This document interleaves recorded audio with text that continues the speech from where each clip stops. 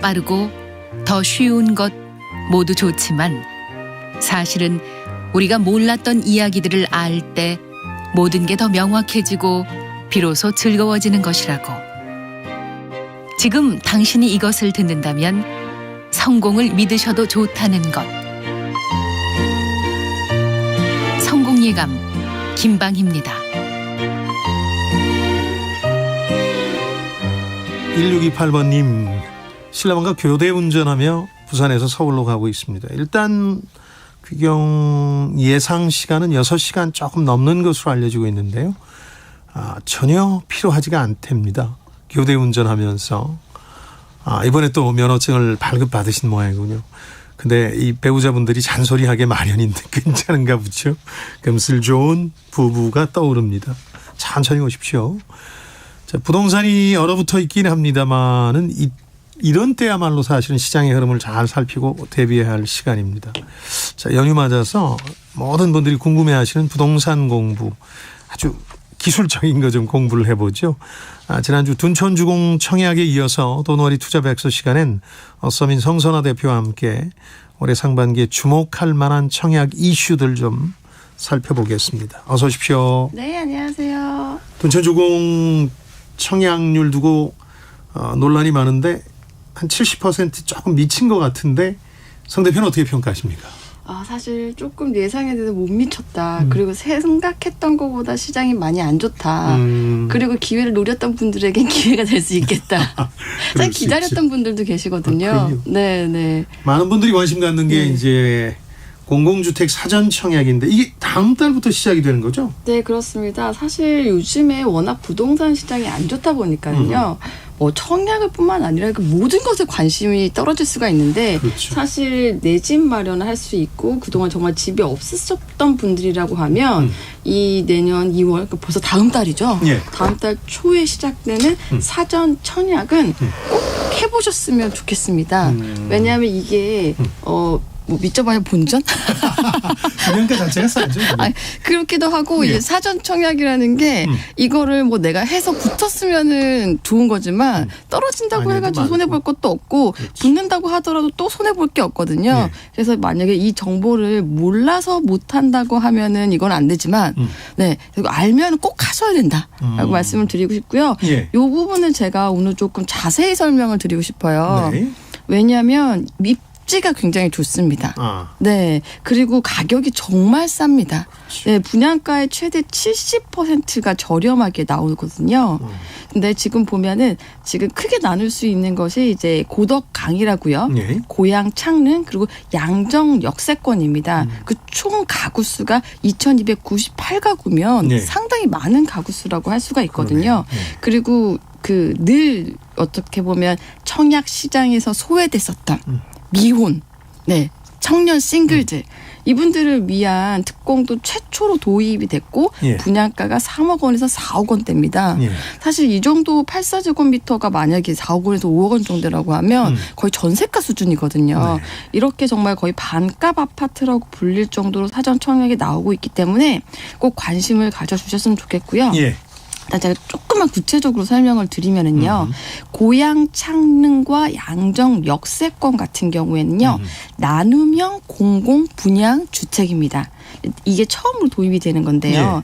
이제 나눔형이라는 게 이제 누구와 나누냐? 정부와 나누겠죠. 그렇죠. 네, 정부와 시세의 정부가 일단 공급을요. 예. 시세의 70% 이하 가격으로 분양을 해줍니다. 그 대신에 여기서 의무 거주를 5년 동안 해야 되고요. 예. 이후에 이게 이제 공공에서 주택이 이제 민간으로 분양 전환이 될 때 예. 처분 손익의 70%까지 가지고 갈 수 있고 사실 저는 이게 더 중요하다고 보는데 요즘 대출금리가 굉장히 많이 올랐잖아요. 그렇죠. 근데 여기에 전용 모기지가 있는데요. 예. 최대 5억 원까지 그리고 분양가의 80%를 최장 40년 동안 이게 고정금리인데요. 연 1.9%에서 3%로 빌릴 수 있고 DSR 규제를 받지 않습니다. 조건이 좋긴 좋고. 네, 그러면 사실 그동안에 집이 없었던 청년도 전체 물량 가운데 15%, 신혼부부도 40%, 생애 최초도 주택구입자의 한 25% 정도 되니까 예. 여기에 해당되시는데 소득이 조금 낮다. 이런 분들은 항상 DSR 규제가 아직 안 풀렸기 때문에 그게 문제였었거든요. 예. 근데 여기 주목해 보시면 좋고요. 예. 고향 창릉은 사실 모르시는 분도 있을 테지만 그래도 사실 이제 3기 신도시 중에서는 입지적으로 굉장히 관심이 높았던 지역이거든요. 예. 그래서 여기에서 무려 이제 877가구가 나오니까 관심을 가져보시면 좋고, 예. 뭐 고덕강일 같은 경우에는 잠실 바로 위쪽에 있기 때문에 잠실 출퇴근하기가 굉장히 좋습니다. 여기는 토지 임대부 주택인 거예요. 인데요. 예. 이제 분양가에서 토지 가격을 뺐기 때문에 훨씬 더 저렴해지는 거죠. 그렇죠. 여기에서 바로 반값 아파트 얘기가 나오는데요. 고덕강일 3단지 같은 경우에는 59제곱미터의 추정 분양가가 3.5억 원 정도입니다. 그러면은 거의 전세값보다도 싸게 나오는 수준이거든요. 네. 그래서 이게 제가 이제 요 두 지역 같은 경우에는 입지도 좋고 가격도 좋아서 예. 관심을 가져보시면 좋고요. 특히 제가 늘 강조하는 싱글들. 청년 싱글들 같은 경우에는 꼭 관심을 가져가지고 2월 6일부터 사적 공약이 청약이 시작되거든요. 예. 예, 좀 청약을 해보시면 좋을 것 같습니다. 그러니까 신혼이라든가 청년, 생애 최초 네. 주택구입자 같은 실수요자들을 위한 거다 보니까 조금 자격 요건이라든가 이런 건 까다롭던데요. 네. 요거를 조금 더 관심을 가지셔야 되는데요. 예. 원래는 지금까지는 부동산 같은 경우에는 한 2억 5천만 원, 그리고 자동차 같은 경우에는 3,500만 원 이하였었는데요. 네. 이번에는 이제 워낙 조건이 좋다 보니까 자산 좀 규정이 까다롭습니다. 이번에 처음으로 도입이 되는 건데 예. 처음에 말씀드렸던 남녀명 같은 경우에는요.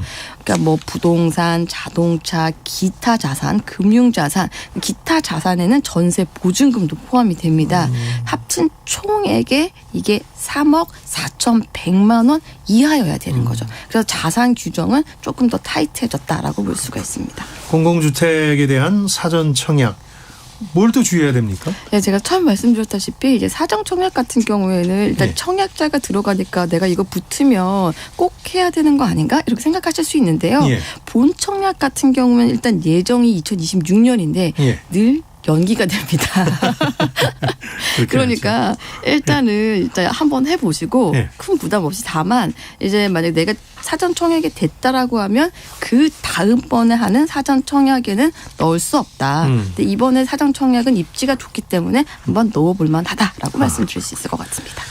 저희가 지금 실수요자들이 좋은 조건을 골라 잡을 기회라고 말씀드리고 있다 보니까 최근에 그 미분양 아파트 늘었다는 소식 많고 그것 때문에 좀 고민하시는 분들도 있던데 미분양 아파트 경우는 누가 도전해 볼 만합니까? 네, 사실은 이제 미분양 아파트 같은 경우에 저는 이제 정부가 계속 규제를 완화하고 해주고 있는데 그렇죠. 첫 번째로 더 완화를 해준 게 이제 분양 시장을 완화해줬다고 봅니다. 근데 예전에는 똘똘한 한 채가 어떻게 보면은 좋았다라고 하면 예. 저는 이제 트렌드가 바뀌어서 똘똘한 두 채로 가야 된다라는 게 제 생각이고요. 예.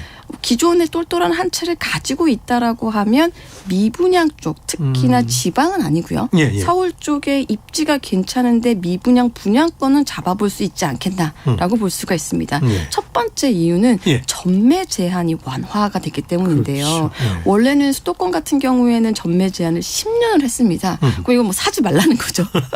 팔지 말라는 거고.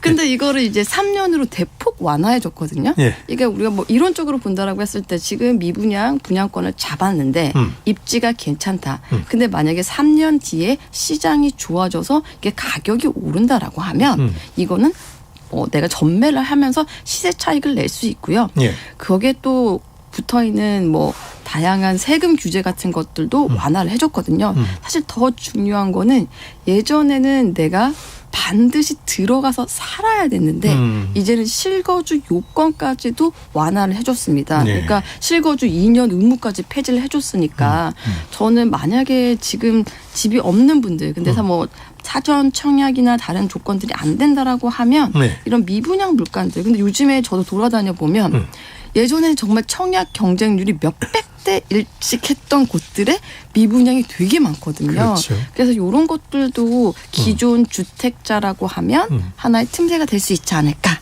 이렇게 생각을 합니다. 틈새라는 표현이 정확하겠군요. 네, 맞습니다. 공공주택 사전 청약이나 미분양 아파트 가운데 일부 조건이 좋은 곳들은 정말 틈새에 해당되고 노려볼 만하다. 실전 투자의 여왕 어싸민의 성선화 대표의 조언이었습니다. 고맙습니다. 네, 감사합니다. 자, 오늘 경제상식 퀴즈 정답은 녹색이죠. 우회전 전용 신호등이 있는 경우에 이 화살표가 녹색으로 표시되면 우회전하면 됩니다. 다만 이게 없는 경우는 좀 까다롭게 느끼시는 분이 있는데 그때도 보행자 보호 의무가 강화됐다는 것만 기억해 두시면 됩니다. 자, 2부에서는 증시 얘기를 좀 해보죠. 우리 증시 올해 들어서 7% 상승했는데 비관론을 뚫고 반등하고 있는데 여러 경제 이슈들 짚어보죠. 10시 5분 개미스쿨로 다시 찾아뵙겠습니다.